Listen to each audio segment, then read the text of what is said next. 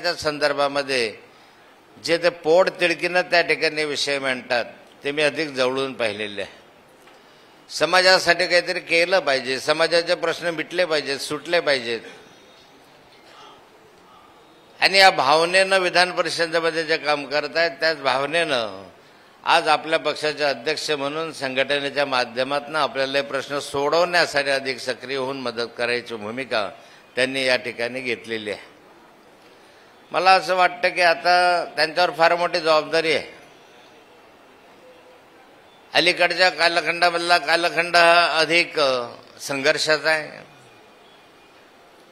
अधिक मेहनतीचा, कष्टाचा आहे. अशी परिस्थिती अलीकडच्या कालखंडामध्ये निर्माण होते की जो राष्ट्रवादी काँग्रेस पक्ष संपूर्ण महाराष्ट्रावर संपूर्ण ठिकाणी सत्तेमध्ये होता, अलीकडच्या कालखंडामध्ये काही प्रमाणामध्ये कमी झाला. पण कमी झाला म्हणून संपला असं नसतं. कधी कोणताही राजकीय पक्ष कधी संपत नसतो. अनेक राजकीय पक्ष आपण पाहिले की ते संपले असे म्हणतात आणि दुसऱ्या दिवशी राज्यावर गेलेले आपण पाहतो. आणि जोपर्यंत माननीय शरद पवार साहेब या देशाचे आपल्या पक्षाचं नेतृत्व करतात, मार्गदर्शन त्यांचं आहे, तोपर्यंत तरी आपल्याला चिंता नाही देशभरामध्ये पक्षाचा विस्तार करण्यामध्ये. पण हे सारं करत असताना कुणाच्या विश्वासावर, कुणाच्या भरोशावर, कुणाच्या कष्टावर करायचं असतं, तर त्या कार्यकर्त्यांच्या मेहनतीनं पक्ष उभा राहत असतो. आणि जोपर्यंत संघटना मजबूत होत नाही, गाव पातळीपर्यंत आपण संघटनात्मक विस्तार करत नाही, तोपर्यंत पक्षाला यश नाही. आपण सारे प्रमुख पदाधिकारी आहे. या ठिकाणी या साऱ्या पदाधिकाऱ्यांना आपण बोलवलेलं आहे आणि मला वाटतं या पदाधिकाऱ्यांच्या माध्यमातून पक्षाच्या विस्ताराला प्राधान्य देऊन गाव पातळीपर्यंत संघटना गेली पाहिजे. निवडणुका जिंकायच्या असतील तर संघटनेचा विस्तार खालपर्यंत पाहिजे. कोणत्याही निवडणुका ह्या वाऱ्यावर जिंकता येत नाही, त्याच्यासाठी संघटना लागते. आणि संघटना आपल्याकडे नाही आहे असं नाही आहे, पण संघटना अधिक सक्रिय झाली पाहिजे. आपल्यामधले काही लोक कदाचित पक्ष सोडून गेले, पण कार्यकर्ते त्याच ठिकाणी आहे. नेते मंडळी गेले असतील पण मतदार आपला आहे. मतदारांचा विश्वास माननीय शरद पवार साहेबांवर आहे. नेते कशामुळे मोठे झाले होते तर शरद पवारच्या आशीर्वादामुळे मोठे झाले होते. आणि आजही पवार साहेबांचा आशीर्वाद हा आपल्याही पाठीशी आहे आणि मतदारही शरद पवार साहेबांना मानणारा वर्ग आहे.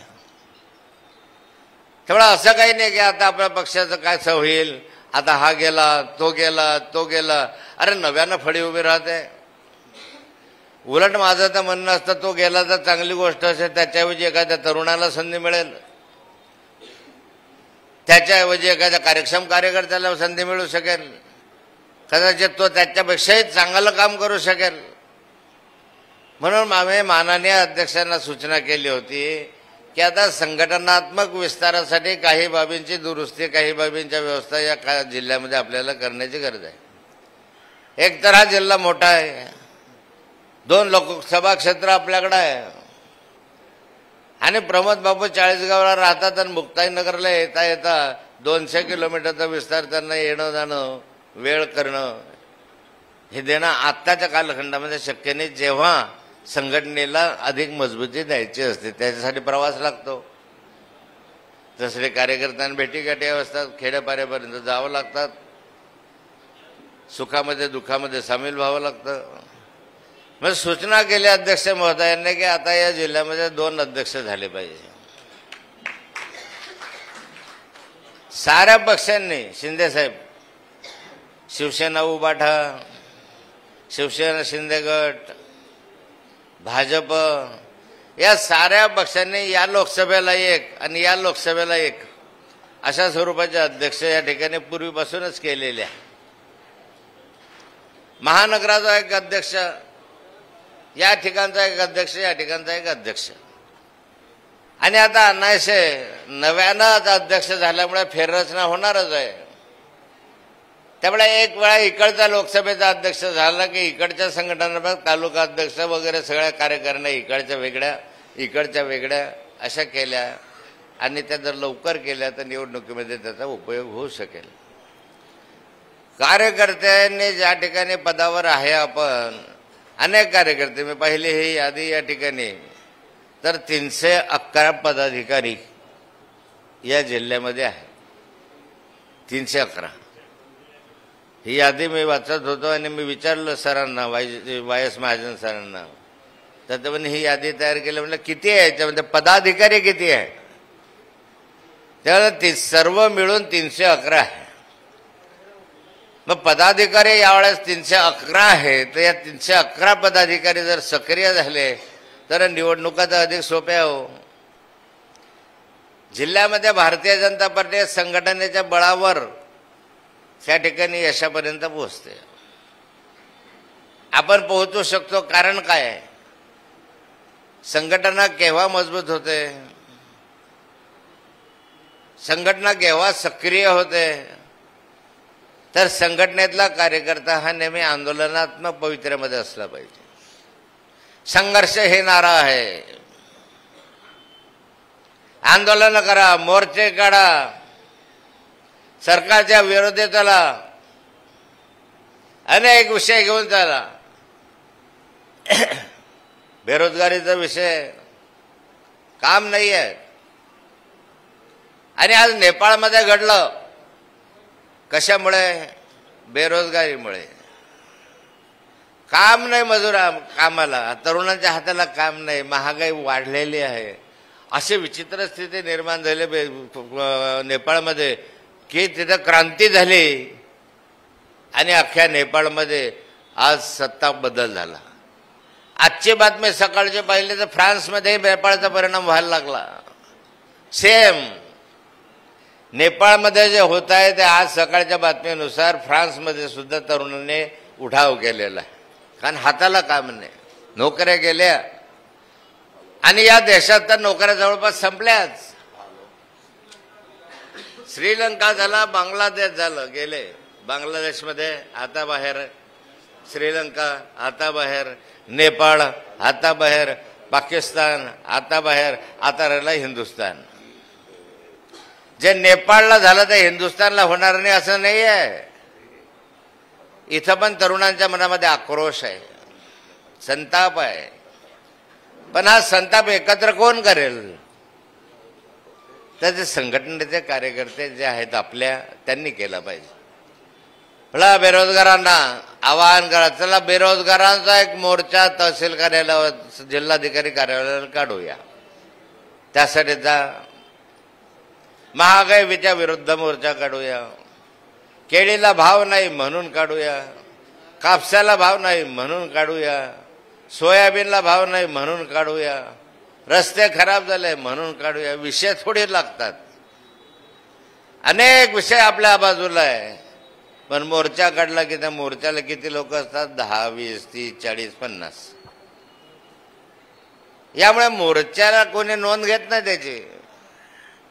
ज्यावेळेस 1000, 1500, 2000, 5000 लोक ज्यावेळेस निघतात त्यावेळेस समाज त्याची नोंद घेत असतो. मग कुणी करायचं आहे? आपण करायचं आहे. निवडणुका जिंकल्या पाहिजे ही गोष्ट खरी आहे, पण जिंकायच्या आधी ज्या काही व्यवस्था करायच्या त्या कुणी करायच्या आहे? आपण करायचं आहे. समाजापर्यंत पोहोचलो पाहिजे, गेलो पाहिजे. या ठिकाणी आपण प्रामाणिकपणे प्रयत्न करण्याची गरज आहे. खूप विषय आपल्या समोर आहे. आणि विरोधी पक्षाचा कार्यकर्ता तर अधिक आक्रमक असला होता, फार सोपा आहे हो आपल्याला. सत्तेमध्ये सोपं नाही आहे. सत्तेमध्ये सत्तेच्या विरुद्ध बोलणं सोपं नाही आहे.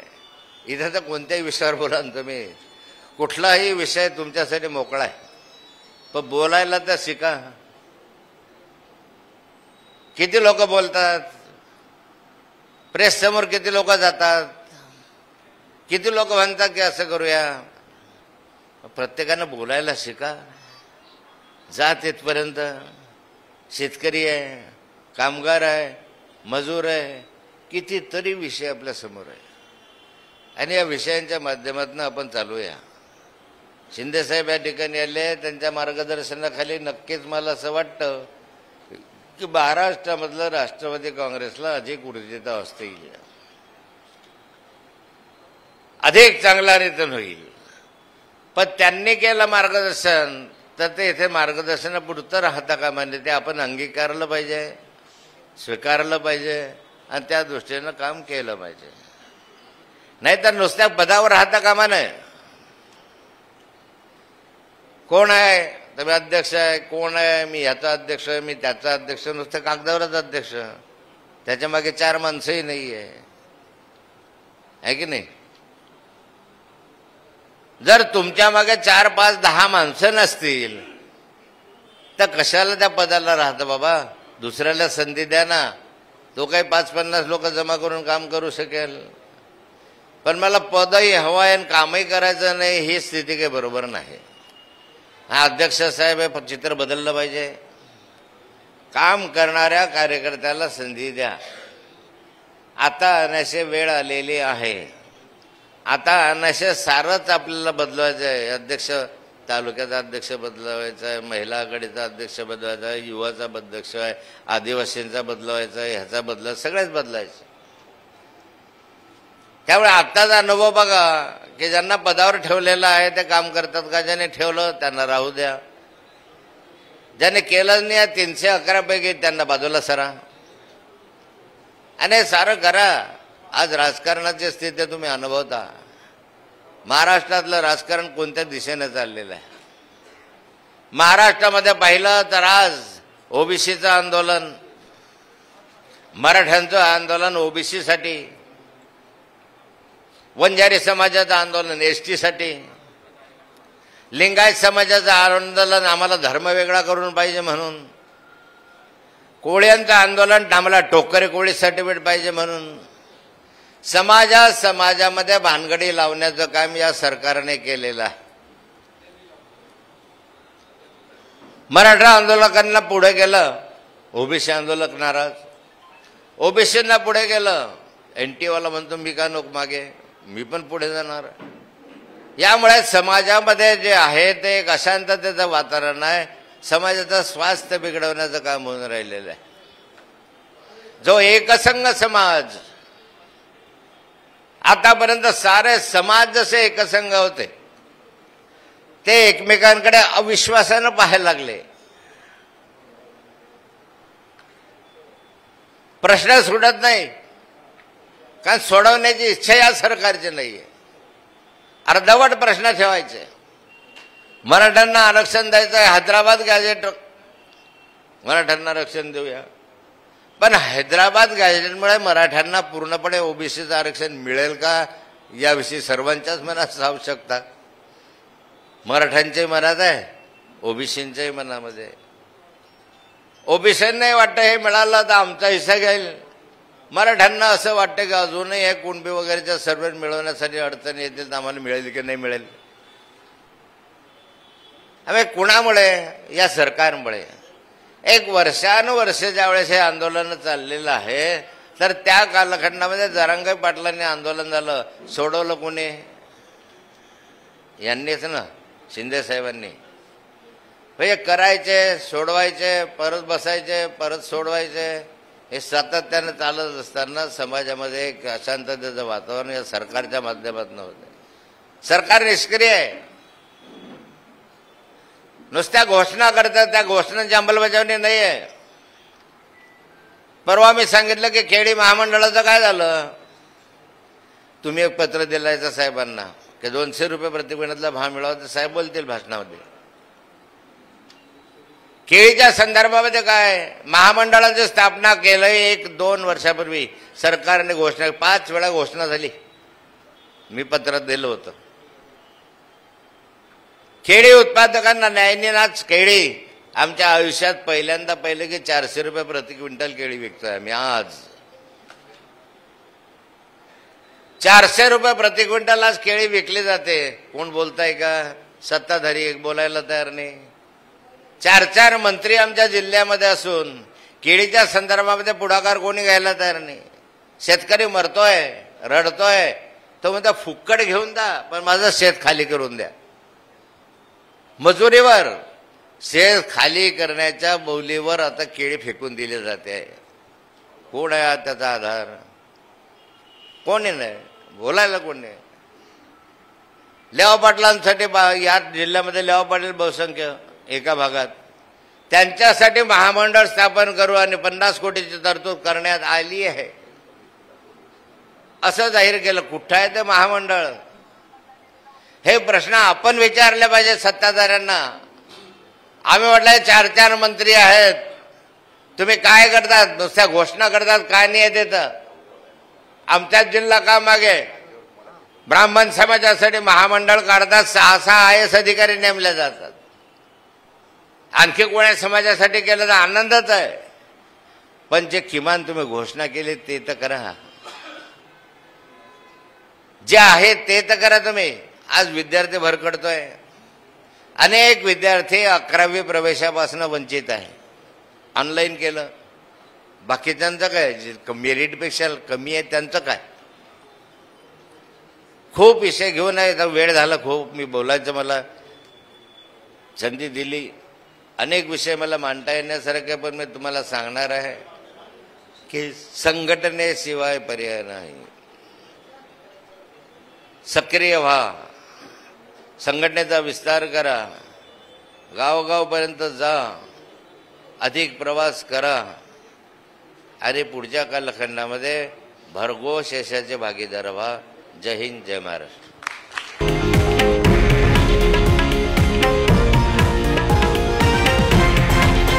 हे आहे देशातील नंबर 1 न्यूज नेटवर्क आणि आपण पाहत आहात TV9 मराठी, एकमेव.